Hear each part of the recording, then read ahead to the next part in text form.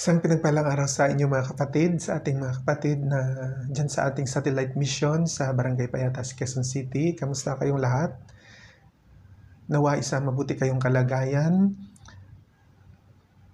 Sa bawat isa na ako'y na bumabati sa inyo ng isang pinagpalang araw sa araw na ito.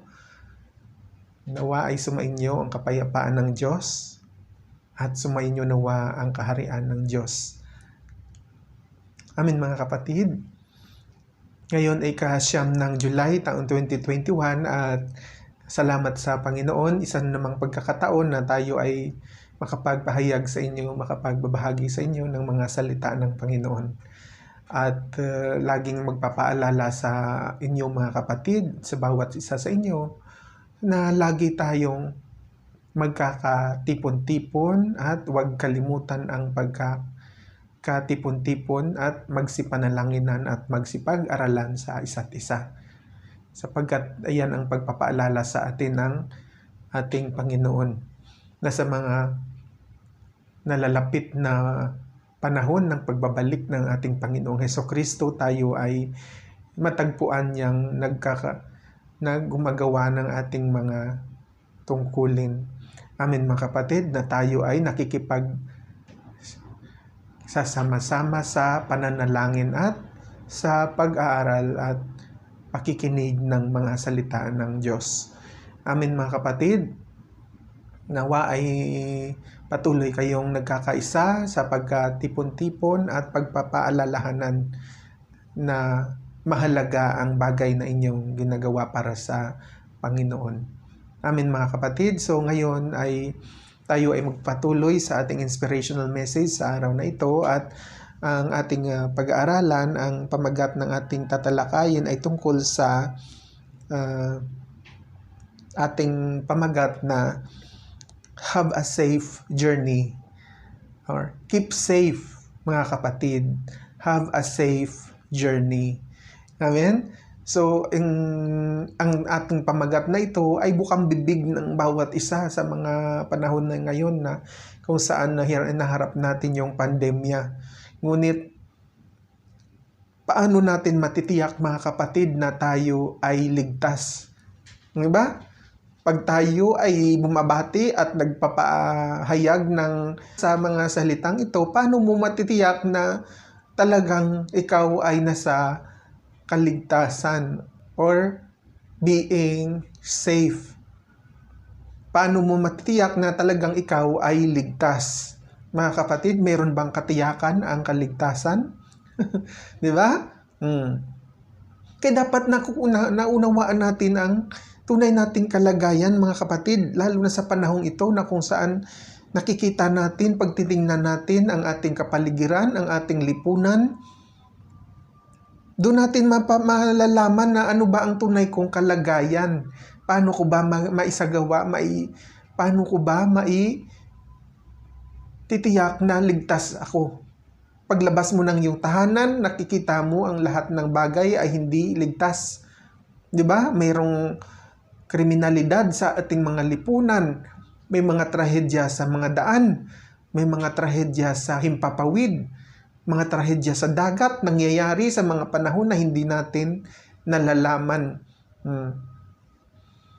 So mga kapatid, napakahalaga na maunawaan natin ang tinatawag na paano ka ligtas. 'Di ba? So ang pamagat na ito ay laging bukang bibig ng bawat isa. Lalo na sa panahon ngayon na naranasan natin ang pandemya at yan ang paalala at pagbati ng ating mga kaibigan at ating mga kapamilya. Ngunit, dapat mga kapatid, ang ating katiyakan ay tayo ay ligtas sa kamay ng Panginoon. Diba? Bilang mga Kristiyano na sumasampalataya sa Diyos. So mga kapatid, keep safe, have a safe journey. Paano natin matitiyak na ligtas tayo sa lahat ng ating mga lakad?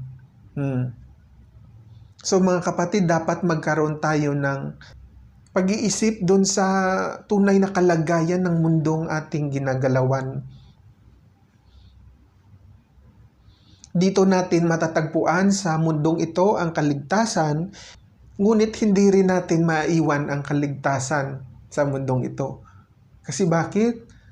Nalalaman natin na ang kaligtasan ay madadala natin sa panibagong buhay na ating pupuntahan sa priling ng ating Panginoong Hesus na siyang nagbigay sa atin ng kaligtasan. Naunawaan natin mga kapatid? So yan ang dapat nating maitatanim sa ating pag-iisip bilang mga Kristiyano, na mahalaga ang tamang pag-unawa sa mga salita ng Panginoon na ating pinag-aaralan, pinagbubulay-bulayan, at kung saan nalalaman natin at kung ano ang ating katayuan at ano ang kalagayan ng mundong ating ginagalawan. Amen mga kapatid. Hallelujah.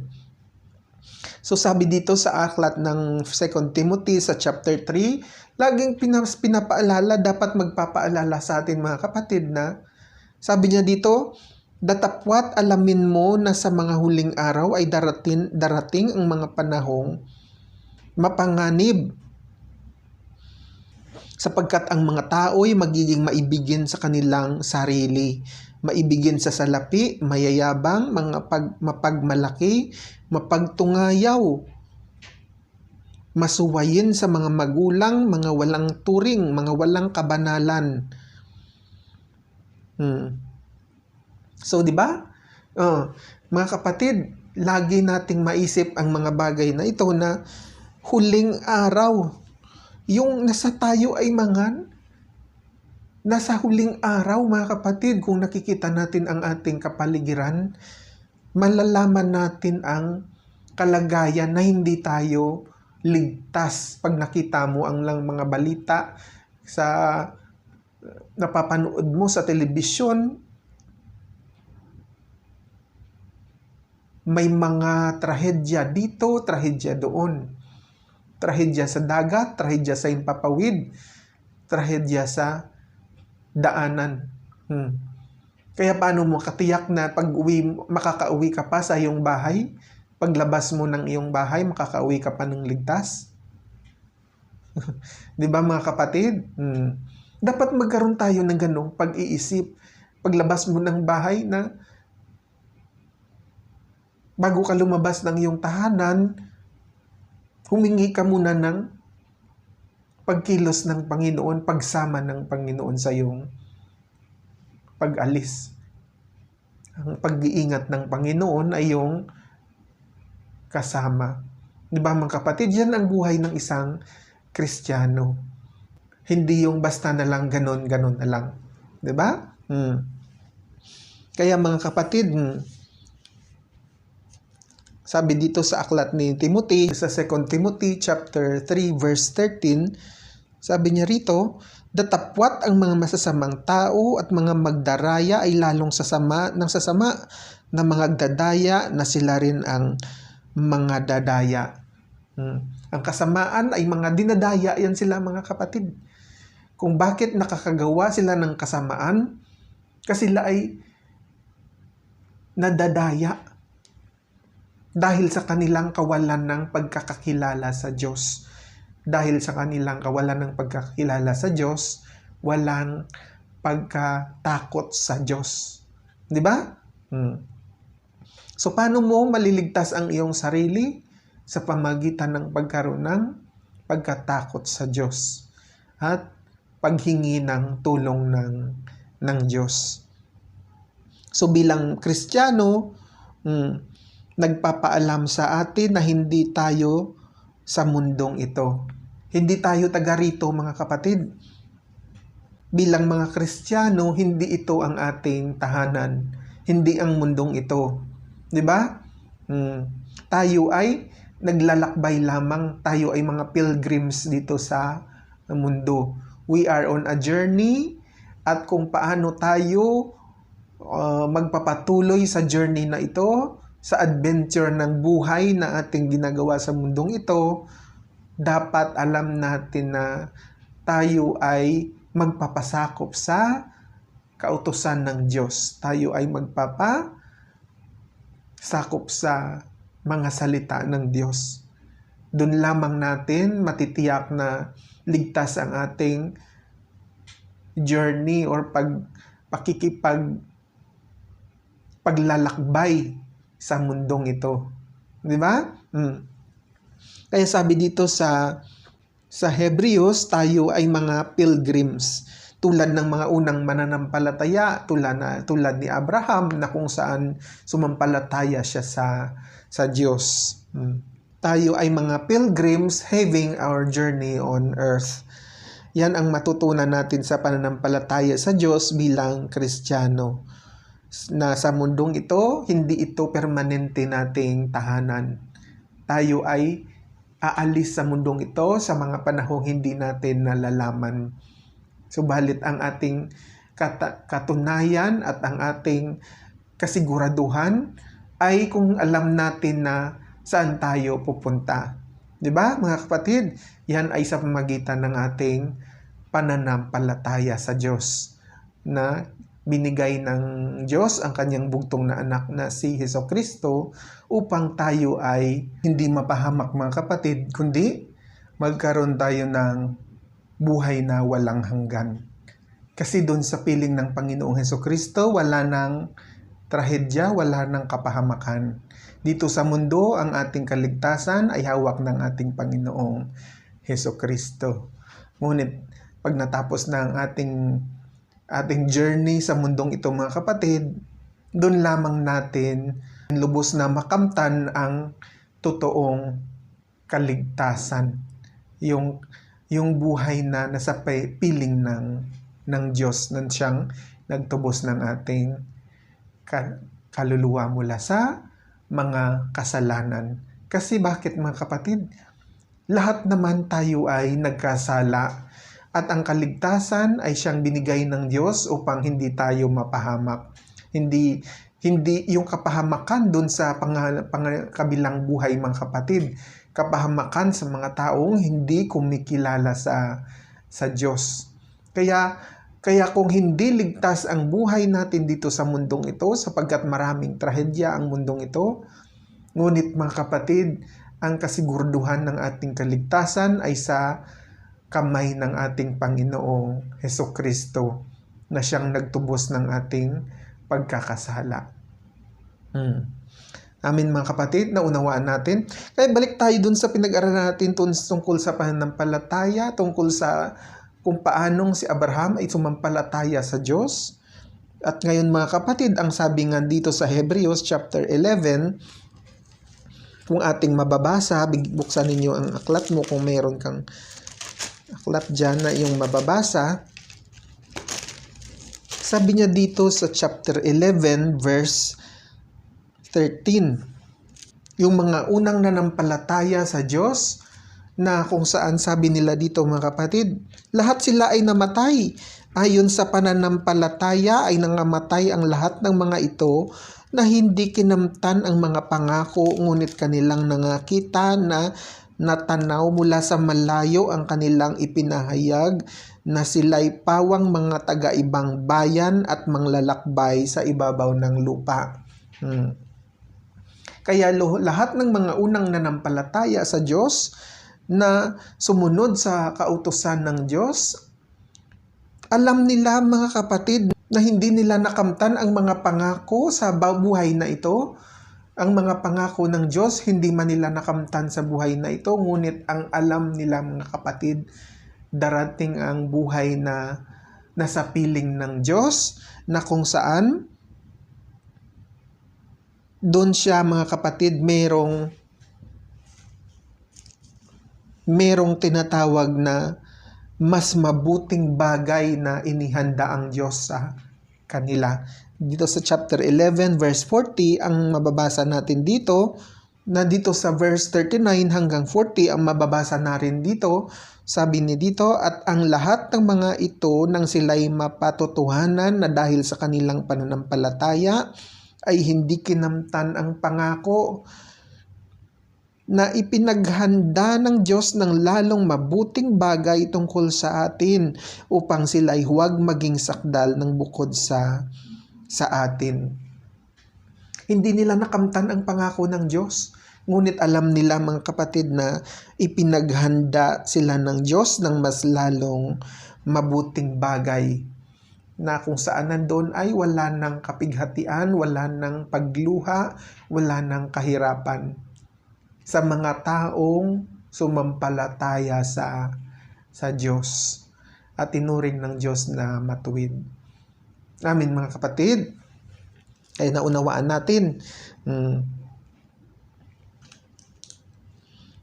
So yun ang pangako ng pananampalataya, na hindi sa buhay na ito natin makakamtan man ang mga pangako ng Diyos, ngunit sa buhay na walang hanggan, mayroon tayong mas magandang inihanda ang Diyos sa atin. Amen? Hallelujah. Hallelujah.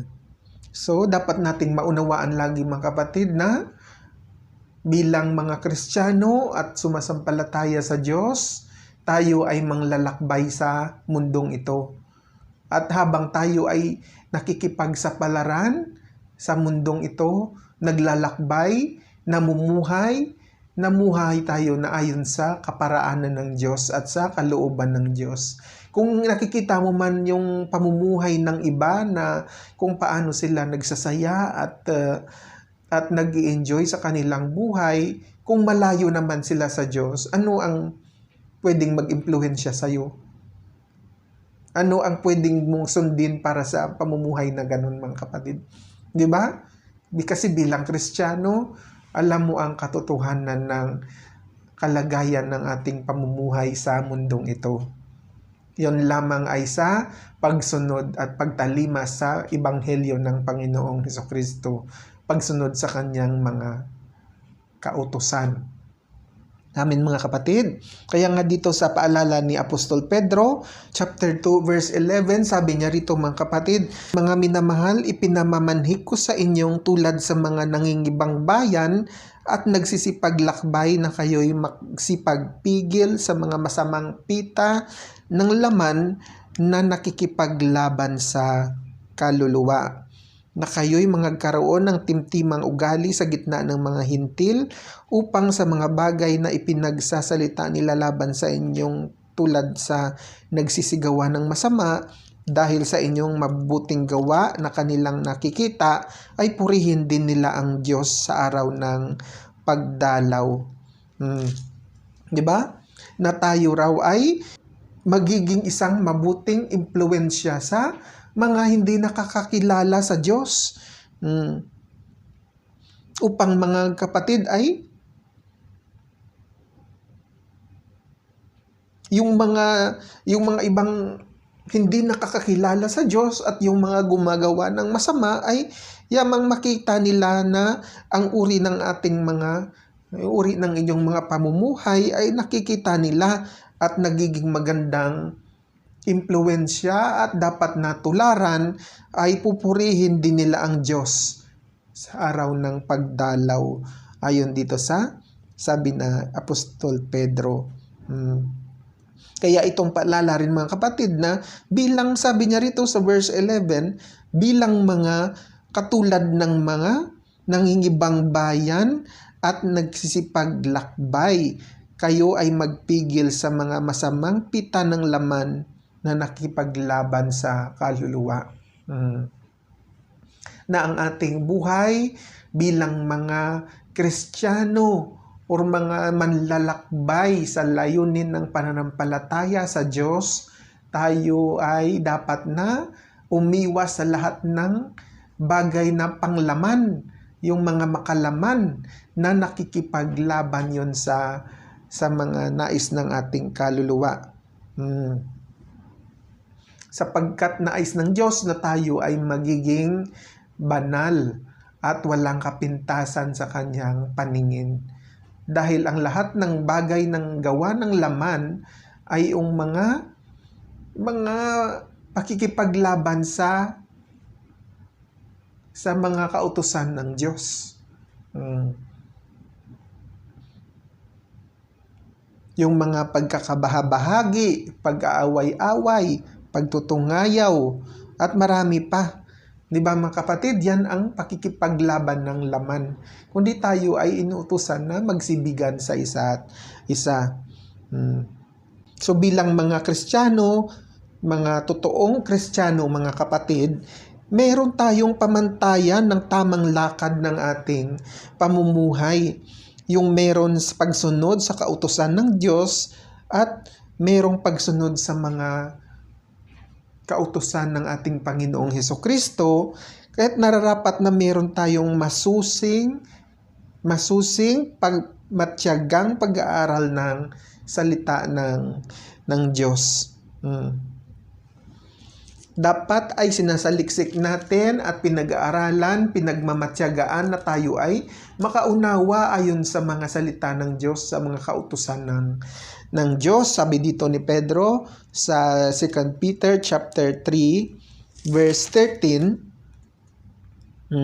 ngunit ayon sa kanyang pangako ay naghihintay tayo ng bagong langit at bagong lupa na tinatahan ng katuwiran. Kaya nga mga minamahal, yamang kayo'y nagsisipaghintay ng mga bagay na ito, ay pagsikapan ninyong masumpungan kayo sa kapayapaan na walang dungis at walang kapintasan sa paningin niya, at inyong ariin na ang pagpapahinuhod ng ating Panginoon ay pagliligtas. Ang pagpapahinuhod ng Panginoon ay ang pagliligtas. Ang Panginoon ay long suffering. Nagtitiis ang Panginoon sa lahat ng mga gawa ng tao. Yung mga kasamaan na nangyayari sa mundong ito ay tinitiis ng Panginoon, mga kapatid. Yamang na ang lahat na ay makakaunawa ng kaligtasan, na makatanggap sila sa Panginoon at magsisi sa kanilang mga kasalanan. Amen, mga kapatid. Mapagtiis ang Panginoon upang marami ang magsipanumbalik sa Kanya at maligtas ang kanilang mga kaluluwa.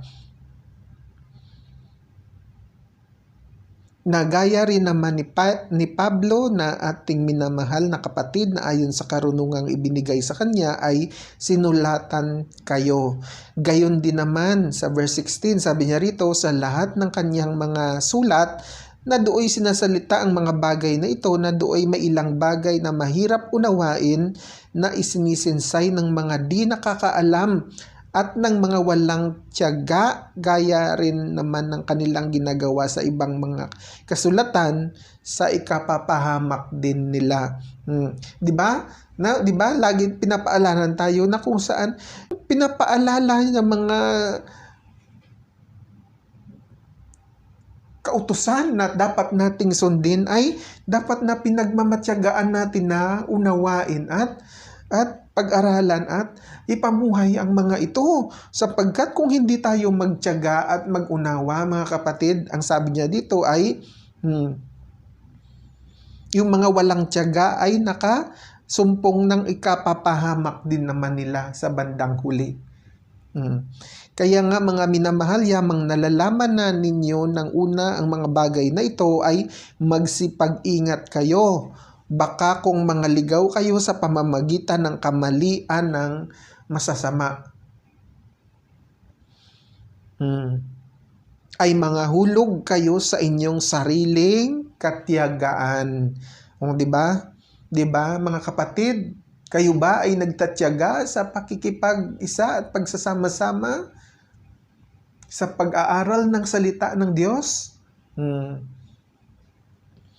Kaya sabi dito sa verse 18, datapwat magsilago kayo sa biyaya at sa pagkakakilala sa ating Panginoon at tagapagligtas na si Hesukristo.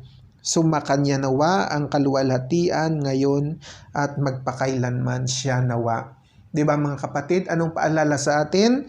Magsilago kayo sa biyaya at pagkakakilala sa ating Panginoong Hesukristo na tagapagligtas. Di ba mga kapatid? Kaya paano natin masisigurado ang ating paglalakbay or adventure na ginagawa natin sa mundong ito. Yung journey na ating ginagawa sa mundong ito ay magkakaroon tayo ng safe journey lamang sa pamamagitan ng ating paglago, pagkakakilala sa ating Panginoong Hesukristo na siyang ating tagapagligtas. Maaari naman tayong walang imposible sa Diyos na kaya niyang iligtas tayo sa lahat ng uri ng kapahamakan sa mundong ito at sa lahat ng trahedya na narito sa mundo. Hindi imposible sa Diyos yan, ang mga bagay na nandito sa mundo. Ngunit mga kapatid, ang isang bagay rin na kailangan nating maunawaan ay mayroon tayong kaligtasan at dun sa buhay na walang hanggan. Sa pangalawang buhay na kung saan hindi na tayo makakaranas ng kahirapan. Amen mga kapatid, yan ang buhay ng isang Kristiyano. Hindi siya tulad ng dating buhay na walang pagkakakilala sa Diyos. Amen? Hallelujah. Hallelujah.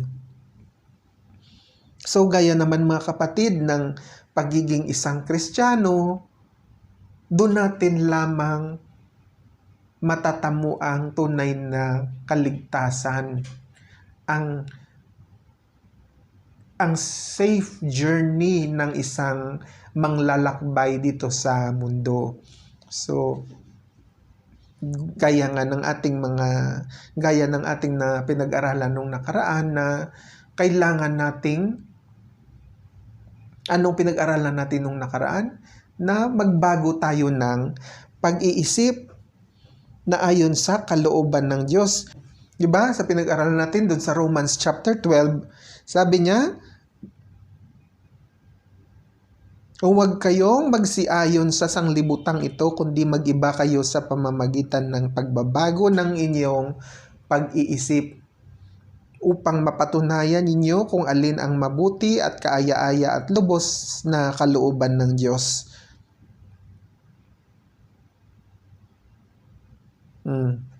Diba mga kapatid? Ano ba ang pagpapaalala sa atin? Magbago tayo ng pag-iisip. Hindi yung pag-iisip na makamundo, na kung saan lagi ninyong binabantayan lang ang mga masasamang balita, lagi lang ninyong binabantayan ang mga entertainment na walang kabuluhan, na hindi nakapagdudulot ng paglagong espiritual at pagkakakilala sa Diyos. Yan mga kapatid ay paanyaya ng kasamaan sa mundong ito, na nililihis ang inyong mga pag-unawa at yung inyong pananampalataya, na imbis na ibaling natin ang ating pag-iisip sa mga kautusan ng Diyos upang tayo ay makasunod sa mga kautusan ng Diyos, ngunit mas pinagusto pa ng iba yung lahat ng mga worldly entertainment, worldly lifestyle na kanilang nakikita. Yan ang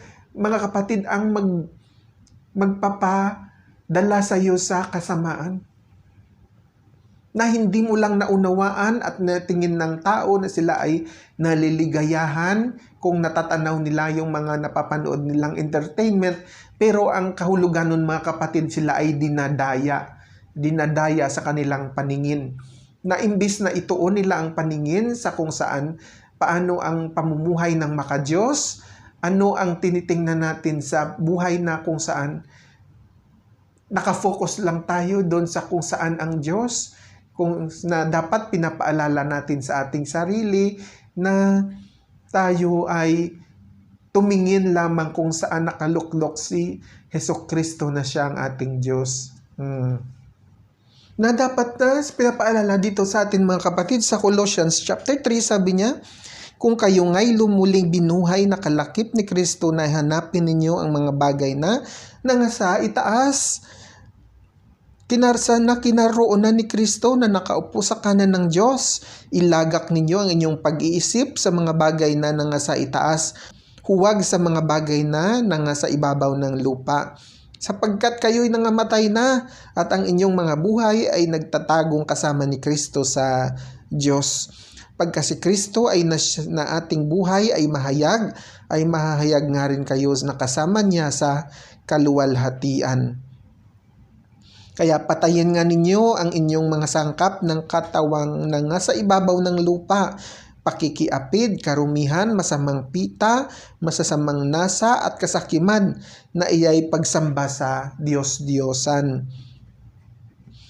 Na dahil sa mga bagay na iyan ay dumarating ang kagalitan ng Diyos sa mga anak ng pagsuway. So, di ba mga kapatid, ano raw?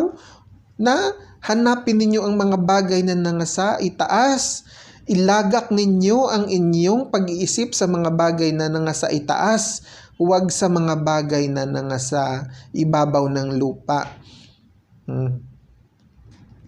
Di ba? Mag-focus tayo dun sa panglangit na pag-iisip na kung saan naroon ang Panginoong Hesukristo na, sabi niya rito, na kinaroroonan ni Kristo na ating Diyos. Doon tayo mag-focus ng ating pag-iisip sa panglangit at hindi sa panglupa lamang, mga kapatid. Maiksi lang ang buhay dito sa mundong, mga kapatid, at hindi natin natitiyak kung anong araw tayo aalis sa mundong ito. Ngunit ang dapat na matitiyak natin ay kung saan tayo patutungo. Di ba? Ganyan ang journey, ang safe journey na maunawaan natin, maiisip natin kung saan tayo nagmula, paano nangyari ang buhay sa mundong ito, at paano mangyayari ang buhay na ating patutunguhan. Yan lamang ay nalalaman natin sa pamamagitan ng matiyagang pagsasaliksik ng salita ng Diyos. Magkaroon ng katiyagaan sa pagsasaliksik ng aral ng Diyos. Magkaroon ng katiyagaan sa pagsunod sa kautusan ng Diyos. At magbabago ng ating pag-isip. Mga bagay na hindi panglupa kundi panglangit na pag-iisip. Amen, mga kapatid, na unawaan natin. Hallelujah. So, wag tayong sumang-ayon sa lakad ng sanglibutan. Ngunit tayo ay magbago ng pag-iisip ayon sa kalooban ng Diyos. Huwag mong ikaliligaya ang lahat ng mga entertainment na pwedeng alok sa'yo ng mundong ito. Diba? Hindi yon, mga kapatid, ang tunay na kaulugan ng buhay. Pangmundo lang ang mga bagay na yan. Ngunit ang ating pag-fokusan ng ating atensyon ay ang panglangit na buhay, na panglangit na pag-iisip. Dapat ma-entertain tayo, mga kapatid, sa mga kahiwagaan ng mga aral ng salita ng Diyos. 'Di ba? Hallelujah. Mga kapatid, keep safe and have a safe journey. 'Di ba? Yan ang ating laging iisipin. Ito yung bukang bibig natin sa araw-araw, sa ating mga kaibigan at sa ating mga kapamilya. Dapat unawaan natin ang katotohanan kung paano tayo maging ligtas. Keep safe and have a safe journey. We are in the world, but we are not of this world. Di ba, mga kapatid? So our safe journey for every adventure is by knowing the purpose that why we are here and where we are going. Di ba, mga kapatid? Hallelujah. So, kailangan na magbago tayo ng pag-iisip. Tulad halimbawa, nung ako'y nag-travel sa Europe nung mga nakaraang mga panahon, pinaghandaan, mga kapatid, pinaghandaan ko ng masusi kung paano yung pag-alis ko at paano yung pagbalik doon sa adventure na yon. Hindi ko maisip na daraan ako sa mga ganong sitwasyon. Maraming mga challenges na hindi ko inisip na aking pagdaraanan. Subalit nakatala yung aking mga dapat na dadaanan. So magiging successful ang iyong journey, ang inyong adventure kung merong kang pagkakaalam sa iyong kung saan ka nanggaling at alam mo kung saan ka patutungo. 'Di ba?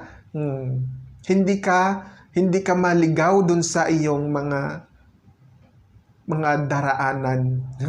'Di ba? Kasi pag hindi mo pinaghandaan ang journey or adventure na iyong pupuntahan, wala kang tiyak na patutunguhan, kundi ay ikaw daraan sa mahabang paglalakbay at maari ka pang maligaw nang wala sa tama kang lugar na patutunguhan.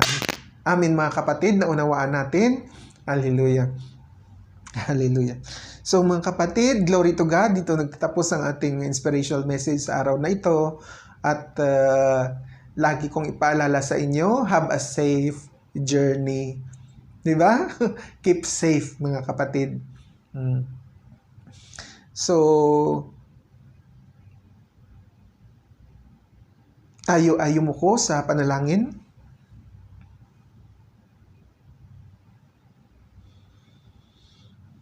Hallelujah, Lord. Father God in heaven, salamat Panginoon sa biyaya ng iyong mga salita na aming pinagkasalu-saluhan sa araw na ito, sa aming biyaya ng iyong mga salita na aming pinakinggan. Pagpalain mo rin ang aking mga kapatiran sa kanilang pakikinig, pag-unawa ng iyong mga salita.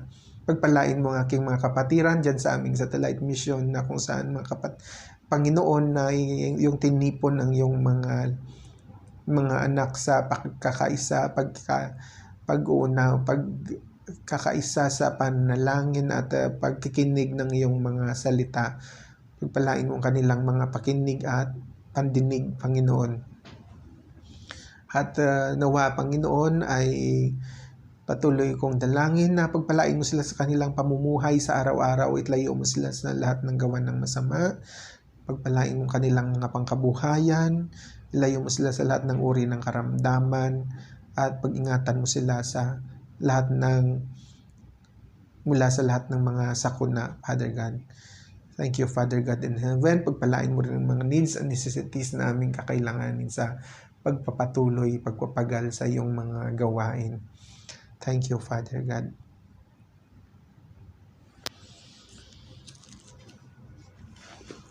Mga kapatid, patuloy tayong yumuko